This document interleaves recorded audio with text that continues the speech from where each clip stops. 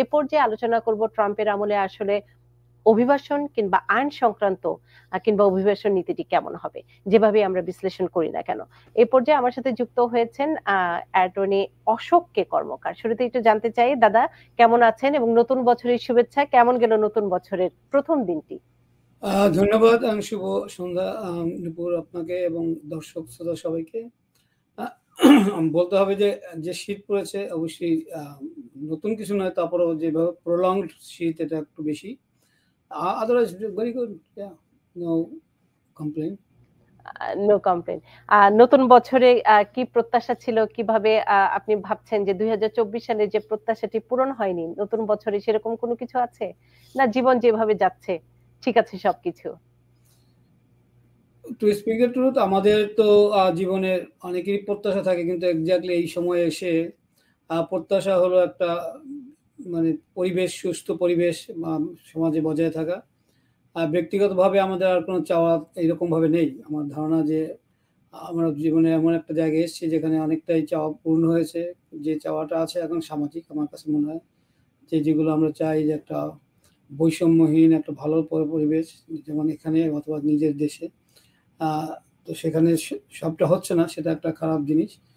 আমরা আশা করেছিলাম যে অগাস্টের পরে একটা সুন্দর সমাজ হবে, কিন্তু দেখা গেছে যে সে আশাও আমাদের ব্যাহত হচ্ছে, আরো খারাপভাবে হচ্ছে। সুতরাং আমেরিকার ক্ষেত্রে বলতে পারি, নতুন বছর শুরু হচ্ছে নতুন একটা প্রশাসনের মধ্যে, অনেকেই আতঙ্কে আছেন, আমরা অভিবাসী হিসেবে। সুতরাং বলা যায় দুদিক থেকে বলা যায় প্রত্যাশা ভালো ছিল, কিন্তু সম্ভাবনা কতখানি ভালো সেটা একটু খতিয়ে দেখতে হবে।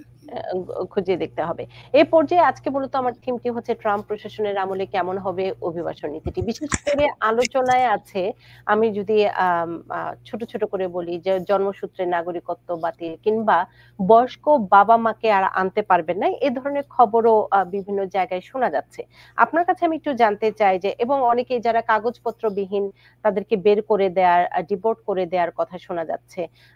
এক ধরনের আতঙ্ক, অস্বস্তি তৈরি হয়েছে। আবার অনেকে একটু স্বস্তিও প্রকাশ করছেন যে এত এত অবৈধ মানুষ কেন সীমান্ত দিয়ে ঢুকবেন। অনেক ধরনের পক্ষে বিপক্ষে যুক্তি আছে। তো দাদা আমি শুরুতেই একটু জানতে চাই, বিশেষ করে বয়স্ক বাবা মাদের নিয়ে যে খবরগুলো শোনা যাচ্ছে, সেটি আসলে কতটুকু ট্রাম্প পরিবর্তন করতে পারবেন, যেটি আমরা পারিবারিক ভিসায় বয়স্ক বাবা মাকে নিয়ে আসি আমেরিকায়? তাই ধন্যবাদ আপনাদের। ট্রাম্প প্রশাসন এবার দ্বিতীয়বার আসছেন, সুতরাং প্রথমবার ছিল, কাজে we have some experience and good experience. অবশ্যই ব্যাড এক্সপিরিয়েন্স বলতে, good amount of experience, good amount of bad experience actually. So Trump প্রশাসন অ্যান্টি ইমিগ্রেন্ট, এটা ট্রাম্প কখনো গোপন করেননি, অথবা তার যারা সতীর্থ আছেন অথবা যারা রিপাবলিকান সৈন্যরা আছেন তারাও এটা কোনোদিন গোপন করেনি, সরাসরি বলেছেন যে তারা এই ইমিগ্রেশনের বিপক্ষে। তবে কিছুটা চেঞ্জ হয়েছে, আমাদের দেখতে পাবেন কথাবার্তাগুলোর মধ্যে।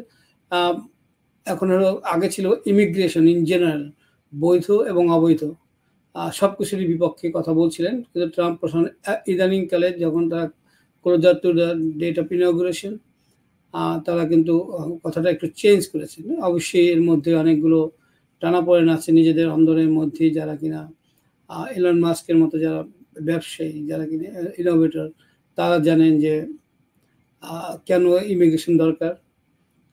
সুতরাং তাদের এক ধরনের মধ্যে টানাপোড়েনের মধ্যে থেকেই কিন্তু একটা বেড়ে যাচ্ছে। কাজে এখন বৈধ ইমিগ্রেশনের পক্ষে অনেকটা কথা শোনা যাচ্ছে, এবং অবৈধ আসলে ইমিগ্রেশন যারা বলেন, আমরা বলি যাদের কিনা এদেশে বৈধ কাগজপত্র নিয়ে প্রবেশ করেন না, কিন্তু পরবর্তীতে বৈধ ভাতা প্রাপ্ত হতে পারেন বা হন, তেমন জন অ্যাসাইলামের মাধ্যমে অথবা অন্য যে একটা ভিসা আছে তার মাধ্যমে। তো এই ব্যাপারে কিন্তু বর্তমান প্রশাসন খুব কঠোর হওয়ার একটা সিগন্যাল দিয়েছেন, এবং সেটা গতবার যে আমাদের অভিজ্ঞতা আছে সেই আলোকে বলতে পারি এটা অবশ্যই একটু প্যানিকিং স্তরে। তো আমি সেটা আগেও বলেছি যে আপনার এই প্রশাসন এর আগে 4 বছর ছিল, আবার 4 বছর থাকবে, এটাই আমরা ধরে নিচ্ছি। তো 4 বছর মানে 8 বছর হওয়ার জায়গা নেই। আমাদের অভিজ্ঞতা হিসেবে যে 16 বছর ধরে আমি থেকে যাব ইচ্ছা করলেই ভোট না দিয়ে, সেটা তো হচ্ছে না। সুতরাং 4 বছর 4 বছরই থাকবে, এটা নিশ্চিত। সেই 4 বছরের মধ্যে কিন্তু মানে আমাদের যে বর্তমান যে প্রেসিডেন্ট হচ্ছেন, ওনার অনেক প্ল্যান আছে বাস্তবায়ন করার জন্য, কিন্তু আমরা যদি আমেরিকান সিস্টেম সম্পর্কে অবগত থাকি যে চেকস অ্যান্ড ব্যালেন্সেস সেখানে আছে, প্রেসিডেন্টের অনেক ক্ষমতা কিন্তু অনেক ক্ষমতাই আবার নেই, কাটছাট করা আছে, ডানা কাটা আছে। সুতরাং প্রেসিডেন্ট চাইলেই সবকিছু এক্সিকিউটিভ অর্ডারের মাধ্যমে অনেক কিছু পলিসিগত কিছু কিছু চেঞ্জ করা যায়, কিন্তু ল তো চেঞ্জ করা যায় না সেভাবে। কিন্তু যেভাবে এফেক্টিভনেসের দিক থেকে অনেক সময় ল হিসেবে চেঞ্জ হয়েও যায়, মানে ল মানে লিটারালি চেঞ্জ হয় না, কিন্তু প্র্যাকটিসের কাছে যদি কেউ এখানে ঢুকতেই না পারে তাহলে কিভাবে অ্যাসাইলাম চাইবে। সুতরাং যদি আপনার অ্যাসাইলাম আমি ল থাকলো বহাল, কিন্তু কেউ ঢুকতেই পারলো না বর্ডার দিয়ে, সুতরাং যারা যে বিরাট অংশ মানুষ যাদের বৈধভাবে আসার কোনো স্কোপ নেই, বা আমেরিকান ভিসা যে অ্যাম্বাসিতে গিয়ে ভিসা চাওয়ার পরে তাদের যেসব কারণে ভিসা পান না, আর তখন তারা বলতে পারেন না যে আমার দেশে আমি দেশে থাকতে পারছি না, আমার উপর অত্যাচার হচ্ছে, সে কারণে কিন্তু আমেরিকান ভিসা এভাবে দেওয়া হয় না, তখন রেফিউজি স্টাইলে আসা যায়, রেফিউজি স্ট্যাটাসের মাধ্যমে, কিন্তু সে দ্যাটস ডিফারেন্ট স্ট্যাটাস এবং ডিফারেন্ট প্রসেস। সুতরাং আপনাকে দিলে যখন আপনি কেউ নন ইমিগ্রেন্ট ভিসা চাইতে যান আমেরিকান এম্বাসিগুলোতে, তখন আপনাকে সেই সব কথাই বলতে হয় যেসব কথা বললে তারা ভিসা দিয়ে দিবেন। তো সেই সব কথা আমরা বলি যে সত্য কথা যদি বলা হয়, যারা বলেন যারা দেশে নিষ্পেষিত হচ্ছেন, নিপীড়িত হচ্ছেন অথবা অত্যাচারের সম্মুখীন হচ্ছেন, তারা কিন্তু গিয়ে সেই কথা বলেন নন ইমিগ্রেন্ট ভিসা দেওয়ার কোনো প্রভিশন এভাবে নেই। তো স্বাভাবিকভাবেই সব সঠিক কথা না বলে অনেক হয়তো দুই একজনের ভিসা পেতেও পারেন, কিন্তু যারা পান না তারা কি করবেন, তাদের জীবন তো বিপন্ন হলে তারা কি করবেন, তখন তারা এই ভিসাহীনভাবেই আসার জন্য চেষ্টা করে থাকেন, মরণপণ চেষ্টা যাকে বলে। তো এই লোকগুলো যখন দেশের মধ্যে আর ঢুকতে পারলো না, তখন এই দেশে অ্যাসাইলাম যে ল এটা চালু আছে কি নাই তার কোনো আসলে তাদের কাছে কোনো মূল্য নেই। তো সেদিক থেকে আমি বলি যে আইন চেঞ্জ হবে কিনা, অনেকেই মনে করছেন আইন চেঞ্জ হবে কিনা। আমার কাছে যে প্রশ্নটা হলো যে আইনের আওতায় আপনি আসতে পারছেন কিনা। যদি না আপনার পা আমেরিকান মাটিতে পড়ে, ততক্ষণ পর্যন্ত আমেরিকান কনস্টিটিউশনের, আমেরিকান আইনের কিন্তু প্রোটেকশন আপনি পেতে পাচ্ছেন না। সুতরাং আশাটাই যখন আপনাকে বন্ধ করে দেওয়া হচ্ছে, সে সময় আইন থাকলো অথবা পরিবর্তন করলো, এর মধ্যে কোনো ডিফারেন্স থাকে না ইন প্র্যাকটিস। তো এটা হলো আমাদের অন্ধকার, যাকে বলি আমরা ব্ল্যাক সাইড। কিন্তু অন্যদিকে আমি বলি যে এতখানি পেরিট হওয়ার কিছু নেই, 4 বছর কিন্তু খুব বেশি সময় আবার সেদিক থেকে নয়। আর যে কোনো প্রেসিডেন্ট যেসব এক্সিকিউটিভ অর্ডার অথবা আইন চেঞ্জ করার চেষ্টা করবেন, সেগুলো কিন্তু কখনোই আনচ্যালেঞ্জড যায়নি। তো চ্যালেঞ্জ হলে টাইম কনজিউম করবে। তবে অবশ্যই এবার যেটা আমাদের একটু খেয়াল করার কথা সেটা হলো যে সুপ্রিম কোর্ট কনজারভেটিভ লিনিং 6-3 যে ইকুয়েশন আছে, সে কারণে অনেক ব্যাপারেই সেখানে আমাদের অনেক ব্যাপারে আমরা আশঙ্কা করছি যে প্রেসিডেন্ট ট্রাম্প যদি কোনো আইন পাস করতে পারেন, আমি যদি বলছি এই কারণে যে ইমিগ্রেশন ল চেঞ্জ করতে হলে সিম্পল মেজরিটিতে হবে না। সিম্পল মেজরিটিতে না হলে এটাকে অবশ্যই ডেমোক্র্যাটদের একটা অংশের আপনার সমর্থন থাকতে হবে, যেটা অসম্ভব নয়। আমরা অনেকটাই দেখেছি যে টিকটক সংক্রান্ত যে আইন পাস হলো, এটা কিন্তু বাইপার্টিজান একটা সমর্থন রয়ে গেছে।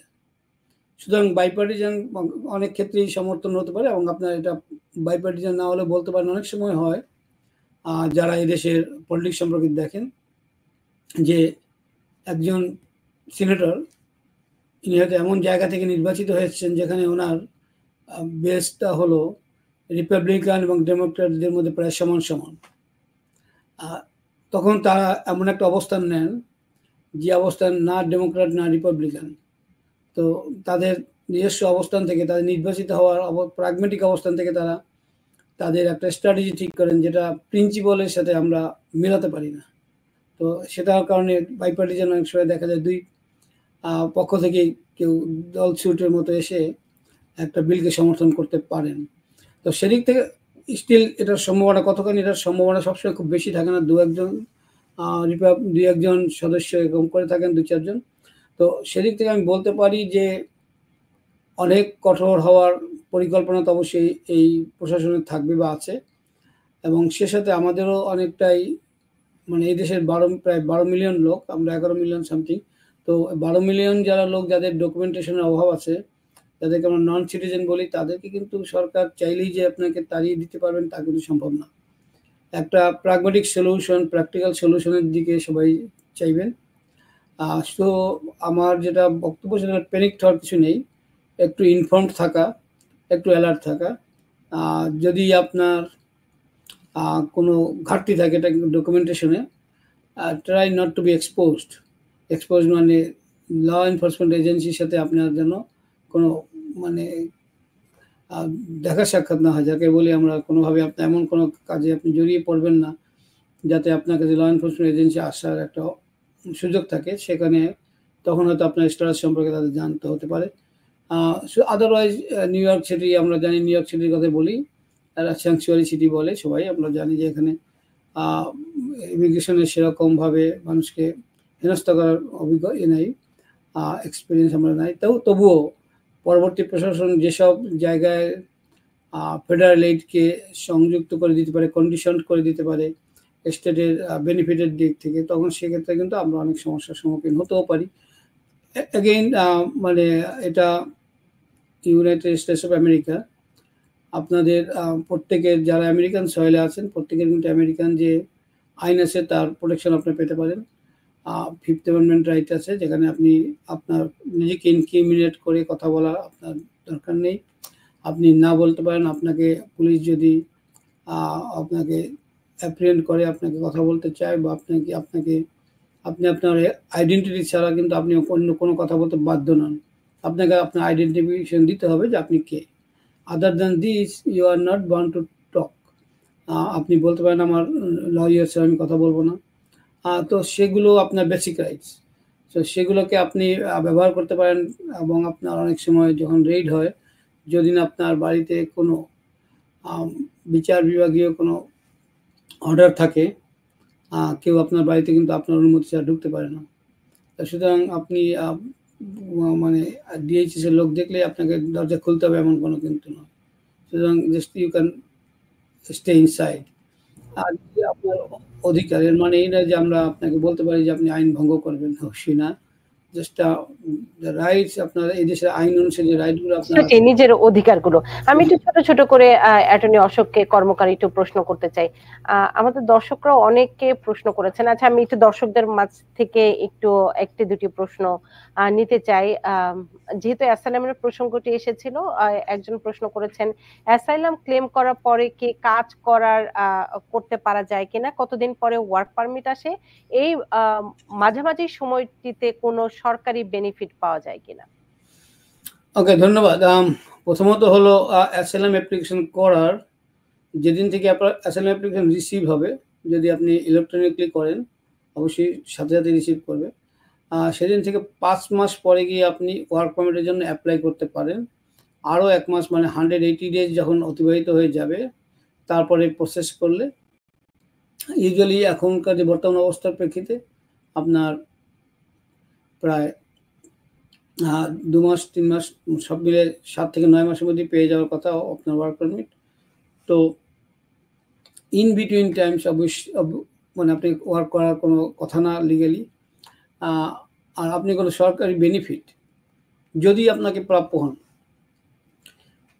মনে রাখবেন এখানে দুটো এন্টিটি আছে, রাইট? একটা হলো ফেডারেল এন্টিটি, একটা হলো স্টেট এন্টিটি। তো স্টেট হয়তো আপনাকে, নিউ ইয়র্ক সিটিতে আপনি যদি থাকেন, নিউ ইয়র্ক স্টেটে আপনি থাকেন, তাদের অনেক বেনিফিট আছে যেগুলো তারা দেয়। তো আপনি যদি কোয়ালিফাই করেন, অবভিয়াসলি আমি বলবো যদি কোয়ালিফাই করেন, আপনি তাদেরকে জিজ্ঞেস করবেন যারা যে অথরিটি এটা দিচ্ছে, যে এই কোয়ালিটিতে আপনি কোয়ালিফাই করেন, then I do not see any problem. আমি আরেকটি অ্যাটর্নি অশোককে কর্মকার, আমাকে একজন প্রশ্ন করেছিলেন আমার দর্শক, সেটি হচ্ছে এখনকার সময়ে অ্যাসাইলাম যারা তারা কি 2 মাসের মধ্যেই কি ওয়ার্ক পারমিট পাচ্ছে কিনা, নাকি এটি ভুল তথ্য? 2 মাসের মধ্যে অ্যাপ্লিকেশন করার পরে 2 মাসের মধ্যে পাওয়া সম্ভব। আমি যেটা বলেছিলাম, আপনি দেখবেন যে যদি 5 মাস পরে আপনি অ্যাপ্লিকেশন করেছেন, আরো 2 মাস মানে 7 মাস, যেটা আমি বলেছিলাম 7 থেকে 9 মাসের মধ্যে পাওয়ার কথা, সুতরাং 2 মাসের মধ্যে সে অর্থে পেতে পারেন। অ্যাপ্লিকেশন করার পরে 2 মাসের মধ্যে ইয়েস সম্ভব, কিন্তু অ্যাপ্লিকেশন আপনাকে মনে রাখতে হবে অ্যাপ্লিকেশন করতে পারেন আপনি 5 মাস পরে গিয়ে। মানে অ্যাসাইলাম আবেদন করার পরে এটি সম্ভব। তো অনেকেরই তো আবার দেরি হয়। আর সেটি কিসের উপরে ভিত্তি করে কেউ আগে পাচ্ছে, কেউ পরে পাচ্ছে? এটি কিসের উপরে নির্ভর করে ওয়ার্ক অথরাইজেশন এর কার্ড? প্রথমত হলো আপনাকে বলি this is very difficult to say যে এক্সাক্টলি কেন দেরি হয়। তো অনুমান করা যেতে পারে যে সমস্ত অ্যাপ্লিকেশনগুলো তো একজন অফিসার দেখেন না, বিভিন্ন জায়গা থেকে বিভিন্ন জন দেখেন, বিভিন্নভাবে জানেন, বিভিন্ন মানুষ তাদের ওয়ার্ক এথিক্স একরকম, ওয়ার্ক স্পিড একরকম, এফিসিয়েন্সি একরকম। সুতরাং সে কারণে এটা অনেক সময় দেরি হতে পারে। অনেক কারণে আরও দেরি হতে পারে যদি আপনার বিভিন্ন রকম নাম থেকে শুরু করে অন্য কোনো তথ্য কারণে কোনো গোলমাল হতে পারে। এর বাইরে আর কোনো কিছু কোনো কাউকে টার্গেট করে করা হয় না, এদেশে অন্য কোনোভাবেও হয় না। তো এর বাইরে আমি কোনো কারণ দেখি না যে আপনি কেন দেরি হয়। তবে এই কারণগুলো তো আছেই, দেখাই যাচ্ছে এরকম অনেকেই দেরি হচ্ছে। আরেকটা জিনিস আপনারা দেখবেন যে সমস্ত পিটিশনগুলো আমরা যখন করি তাদের একটা প্রসেসিং টাইম থাকে। সেই প্রসেসিং টাইম দেখলে অনেকেই হয়তো মনে করেন যে যদি প্রসেসিং টাইম থাকে 10 মাস অথবা 5 মাস, তার মানে আমারটাও 5 মাসের মধ্যে হওয়া উচিত। 5 মাসের বেশি হলে আপনি প্যানিক হয়ে যান। আমি তাদেরকে বলবো এগুলো হলো মিডিয়ান টাইম। মিডিয়ান টাইম মানে হলো গড়পড়তা একটা সময়। তার মানে দাঁড়াচ্ছে কারো যদি অ্যাপ্লিকেশনের অ্যাপ্রুভ করতে অথবা ডিসিশন দিতে যদি 5 মাস লাগে এবং আরেকজনের যদি 4 মাস লাগে, তাহলে গড়ে দাঁড়ালো 4.5 মাস। এটাকে বলে মিডিয়ান টাইম। তার মানে দাঁড়াচ্ছে যার 4 মাস লাগলো তার গড়ের টাইমের চেয়ে কম সময় হয়ে গেল, আর যার 6 মাস লাগলো তার বেশি সময় হয়ে গেল। সুতরাং এটা এরকম না যে ওই সময়ের মধ্যেই আপনাকে হবেই, আপনার আগেও হতে পারে, পরেও হতে পারে। এটা একটা ধারণা দেওয়া হয় মিডিয়ান টাইমটা কেমন।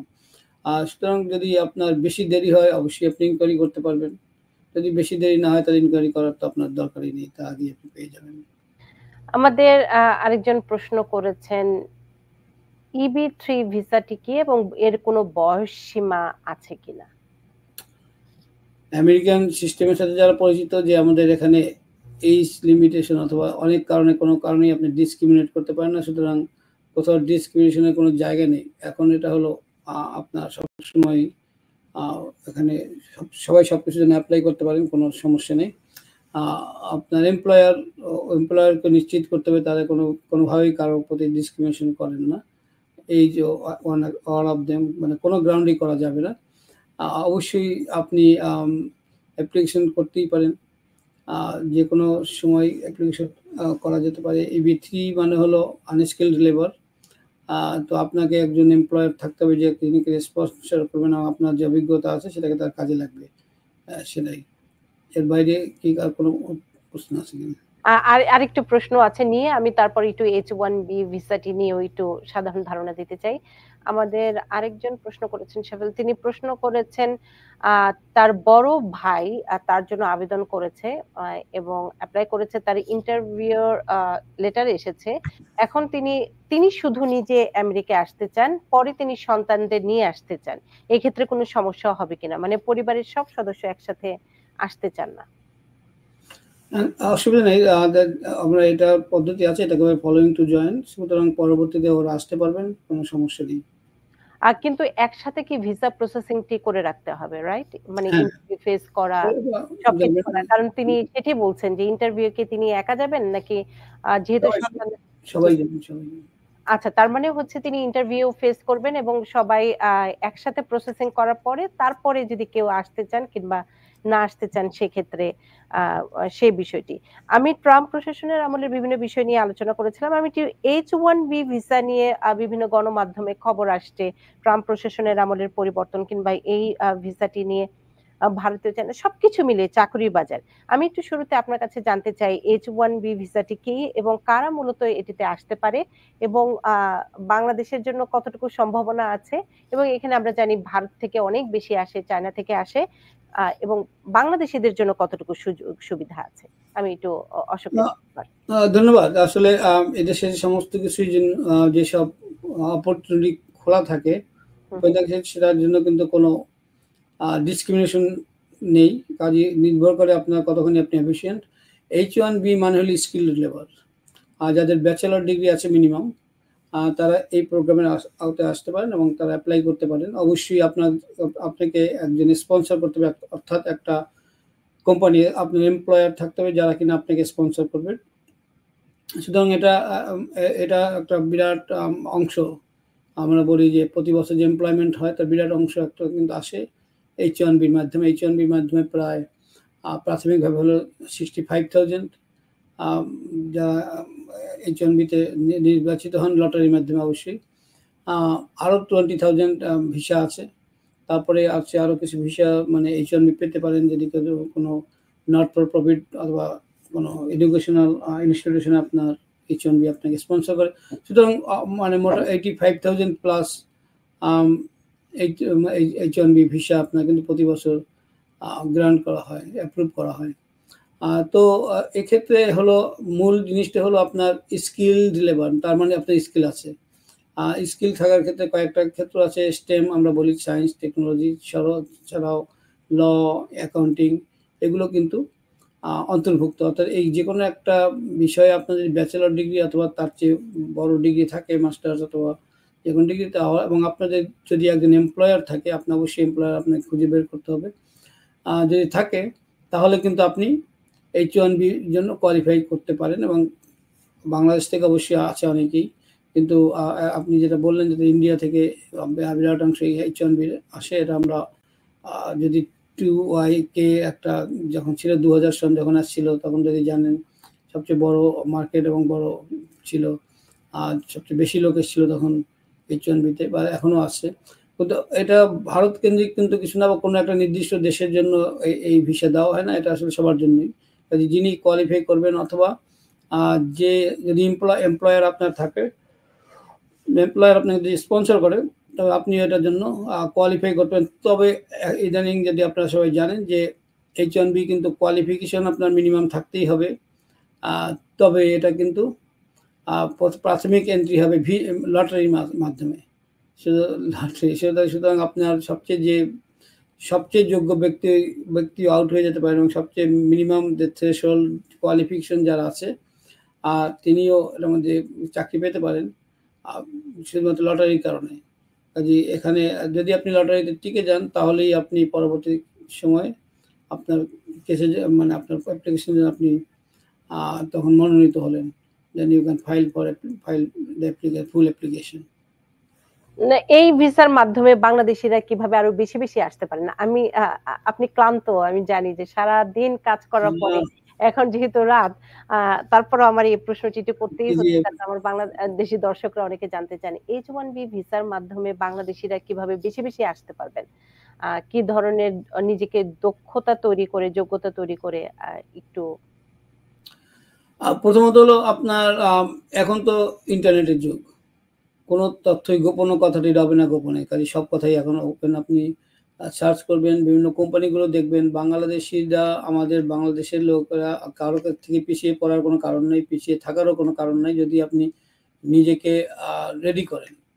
কথা দিয়ে কোনো কাজে লাগবে না, আপনার যোগ্যতা দিয়ে আপনাকে প্রমাণ করতে হবে যে আপনি যে কোম্পানি আপনাকে জব অফার করবে তাকে আপনাকে লাগবে, আপনাকে লাগবে, এমনভাবে আপনি নিজেকে রেডি করতে হবে। বড় কথা, বেশি কথা বলে লাভ নেই। কথাটা হলো যে যোগ্যতা নিজেকে অর্জন করতে হবে, এবং আপনি অ্যাপ্লাই করেন।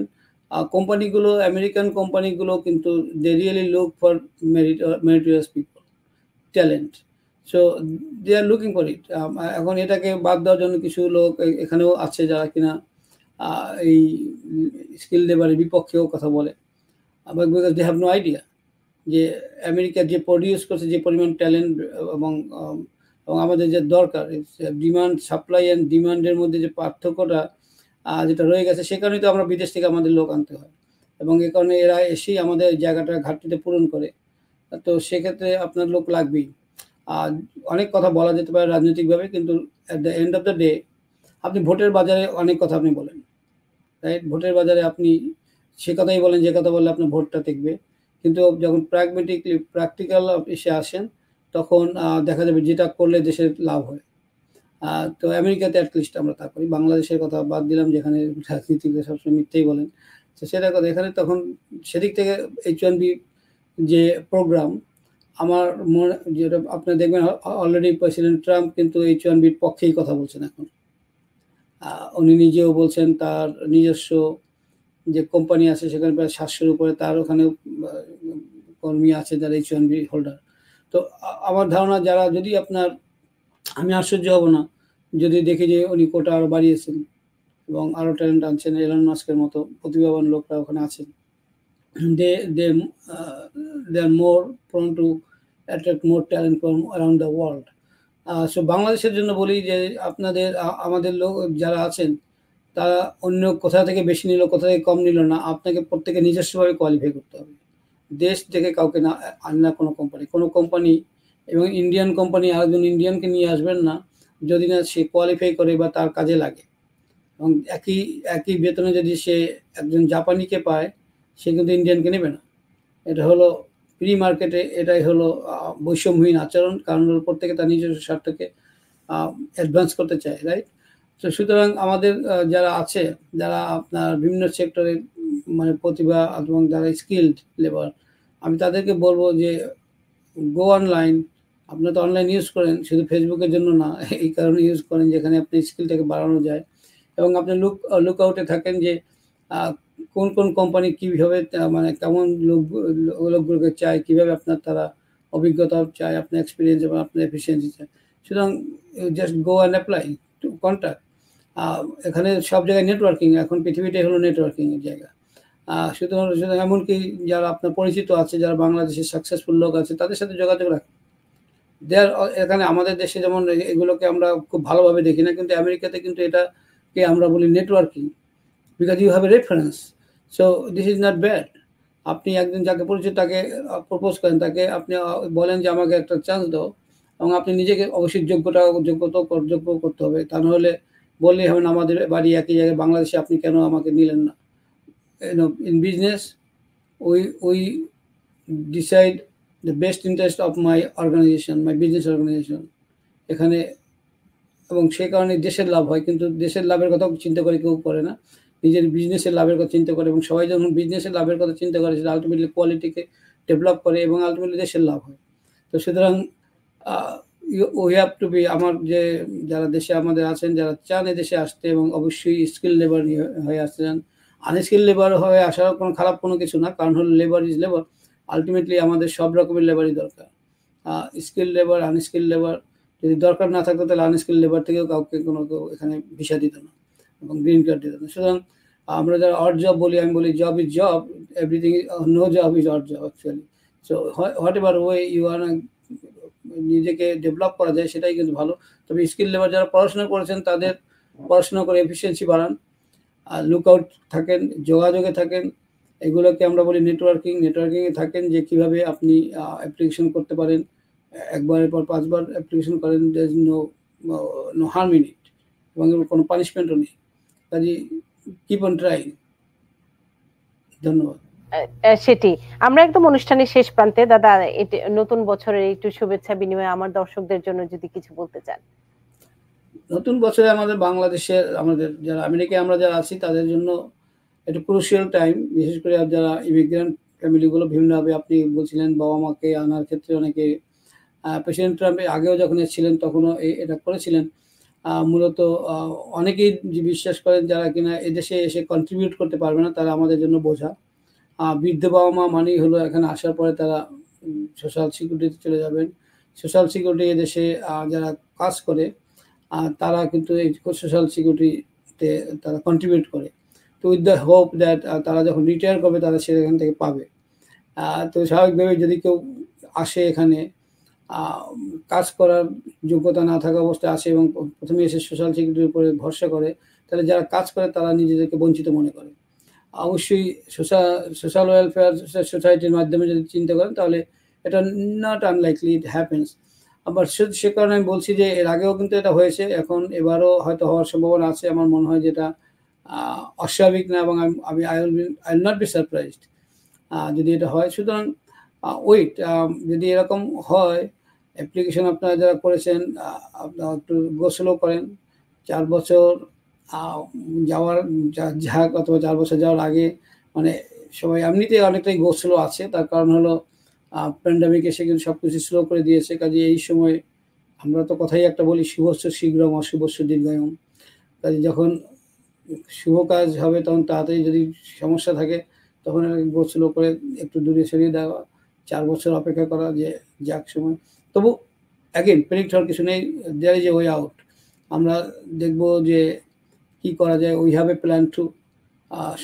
সরকার যদি প্ল্যান করে থাকে যে দেশে ইমিগ্রেশন তারা বন্ধ করে দেবে, এদেশের ইমিগ্রেশন অ্যাটর্নি অনেক আছেন এবং তার সাথে সাথে অনেক হিউম্যান রাইটস গ্রুপগুলো আছে, তাদের প্রেশারও কম না, তাদের পিছনেও লোক কম নেই। সুতরাং আর আগেই তো বলেছি এদেশে তো চেকস অ্যান্ড ব্যালেন্স হয়ে গেছে। সুতরাং আলটিমেটলি কিন্তু মানে প্রেসিডেন্টের সব কাজে আনচ্যালেঞ্জ যাবেন। আমার কাছে মনে হয় প্রত্যেকটা পদক্ষেপই যেটা অ্যান্টি ইমিগ্রেন্ট, আমার মনে হয় যে that will be faced with challenge in court, and most likely it will not go into effect until the last moment or maybe never.